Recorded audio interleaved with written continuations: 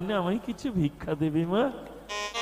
কাল একাদশী উপবাস করে আছি, আজ তুমি ভিক্ষা দিলে, এই তন্ডুল মানে এই চাল, ফলমূল দিলে, তেল মরিচ মশলা দিলে, আমি রন্ধন করে ভগবানকে প্রসাদ দিয়েই তবে একাদশীর পারনা ত্যাগ করব।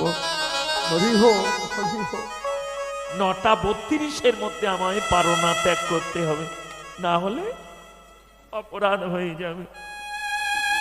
এখন বৈষ্ণবী কন্যা তো বাপের বাড়ি থেকে দেখেছে এমনি করে বাবা মা সেবা করত, তাড়াতাড়ি ভিতরে গিয়ে গঙ্গা জলে শুদ্ধ হয়ে বসন পরিত্যাগ করে শুদ্ধ বসন করে এবারে পাত্রে সাজিয়ে এনে দাঁড়ে দাঁড়াচ্ছে। এমন সময় শ্বশুর উপর থেকে বলছে, বৌমা